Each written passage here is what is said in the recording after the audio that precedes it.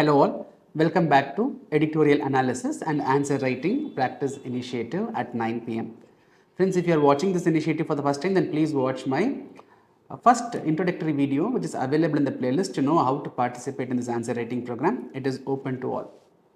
So in today's editorial discussion, we are going to discuss about biofuels. So India is actually leading the revolution of biofuel production, like Brazil, how they were able to effectively produce more biofuel and effectively integrate their biofuel into their fuel economy. India is also leading in its biofuel production. So based on this development, many newspapers, they carried editorials on this potential of India in the biofuel, and International Energy Agency was also coming up with articles where they were discussing about the biofuel potential of India. So we will also discuss about the biofuel and biofuel potential of India from our UPSC exam point of view. So what is a biofuel? So biofuel is a liquid or gaseous fuel derived from biomass which is very rich in sugar, starch and oil. These biofuels are classified into four categories: first generation biofuel, second generation biofuel, third generation and fourth generation biofuel. The first generation biofuel is derived from food items. The second generation biofuels are derived from the non-edible part of the plants. The third generation biofuel, it is derived from microorganisms like algae.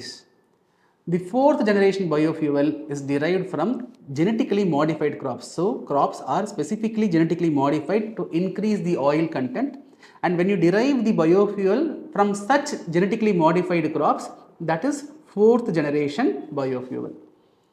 So with respect to India, the Indian government has taken a lot of efforts, initiative to improve the production and supply of biofuels. So the important initiatives one by one we will see. So in 2018, government came with National Biofuel Policy. This policy is classifying the biofuels into basic biofuel and advanced biofuel. The first generation biofuel is classified as basic biofuel, and the second and third generation is classified as advanced biofuel. And for production of these biofuels, government is giving a lot of fiscal financial incentives.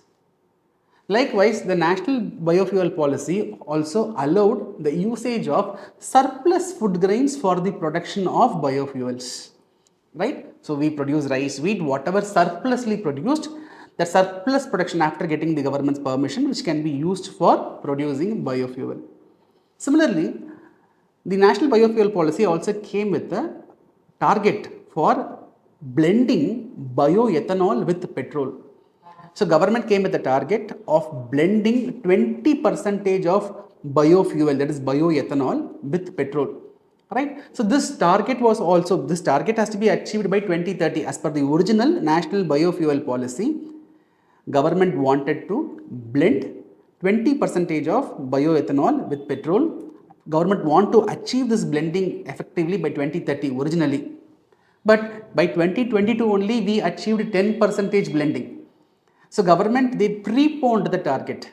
Now the target year is 24-25. So within 24-25, the government has a target of blending 20% of bioethanol with petrol. Right? Now, this is about National Biofuel Policy. Similarly, we have other initiative, Sattat initiative, Sustainable Alternative for Affordable Transportation. So in this initiative, government is trying to boost the production of compressed biogas. So under this program, government is also aiming to set up 5,000 compressed biogas plants by 2024. Similarly, government has another initiative called as G1. Under this G1 initiative, government aims to bring in a lot of investments in second generation biofuel production.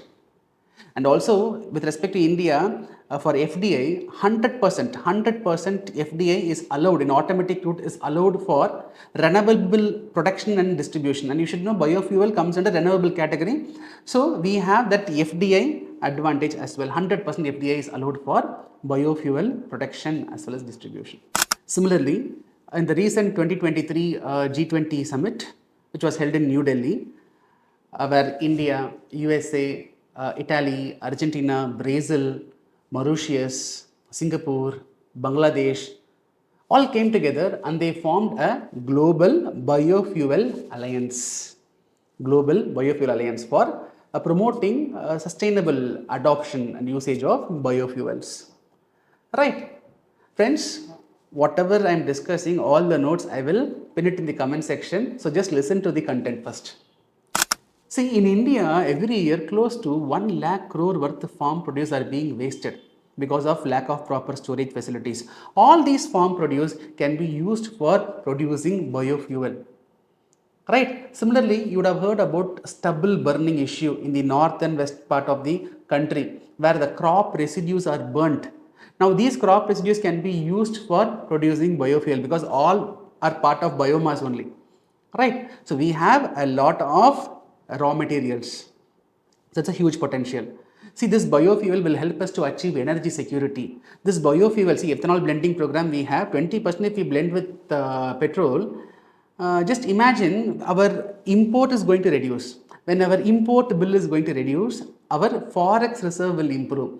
Right? When import is getting reduced, our current account deficit can come down. So, this adoption towards this biofuel will help us to improve our economic condition also, will improve our forex condition also, will reduce our current account deficit also. And also this opens up new avenue, new market, new employment opportunities. When we produce more biofuel, we can also export as well. So there are a lot of opportunities and potential for India in this biofuel production. And also this biofuel production is relatively less carbon emitting. When you compare to fossil fuel, if you look at the fossil fuel usage and production process, that is more carbon emitting. Here, biofuels are less carbon emitting. So, we have a lot of commitments, lot of targets, carbon emission control targets. So, when we adopt towards the biofuel, that will be helpful for reducing the carbon emission and it will help us to achieve the carbon emission targets for India. Right. Similarly, from renewable sources, government has a target of generating 500 gigawatts of energy by 2030 as a part of the NDC commitments. Right, the nationally determined contribution commitments. We have a specific target with respect to renewable energy. That target can also be met by focusing on biofuel generation. So all these are significant potential aspects, but there are some challenges. Challenge number one, though there is a lot of municipal solid waste available, lot of crop residue available, lot of crops are being wasted, but because of lack of public awareness, all these wastes are actually wasted only. All these wastes are resource. This waste can be converted into worth, but because of lack of public awareness, all these wastes are getting wasted. Right? There are some technological support which is required to develop these biofuels. Right? Not in every part of the country we are having the technological support. We are not having sufficient infrastructure for generating this biofuel, or whatever biofuel is generated, we have to store it effectively. We are not having proper storage facilities as well. And also private players, they are looking for some long-term financial incentives. So yes, we have policies, we have encouraging policies which is providing financial incentives, but the private players, they are looking for even more extended support, and also they are looking for a long-term financial support for the private players to come and set up their base with respect to biofuel production. So these are some challenges which India has to address. Apart from that, there is one more challenge. See, going forward, there will be an increased demand for biofuel production. The major source for biofuel is biomass. Biomass is nothing but the crop, let's say crop waste is an example for biomass. So we need to produce more crops. From that waste or from that useful part only we can derive. See, first generation biofuel focuses on edible part of the plant. Second generation biofuel focuses on the non-edible part of the plant. Edible or non-edible, you have to produce more crops, right, for biofuel. Our cultivable area is limited. Right, with that limited cultivable area, I mean, we have a good cultivable area, but the cultivable area is fixed. Right. So already we have to produce a lot of food grains to meet our food security needs. If you are going to divert the crops for biofuel production, that can impact our food security also. This is a challenge which we have to properly balance. So what shall we do? The government can focus on more second generation biofuel production. If we focus on first generation biofuel production, then what will happen? That can affect the food security also, because first generation biofuel focuses on edible part of the plant, but second generation biofuel focuses on non-edible part of the plant. So non-edible part of the plant is where government has to give more thrust.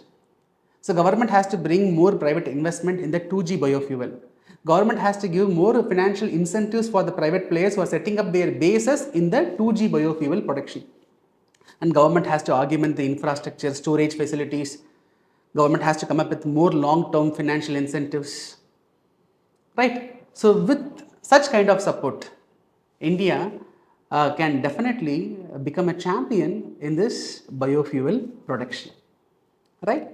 So I hope this editorial discussion added value to your understanding regarding biofuel. So based on our discussion, I will give you a question now. Evaluate the current status and potential of the biofuel sector in India. Discuss the strategies required to promote the sustainable and efficient development of the biofuel sector in India.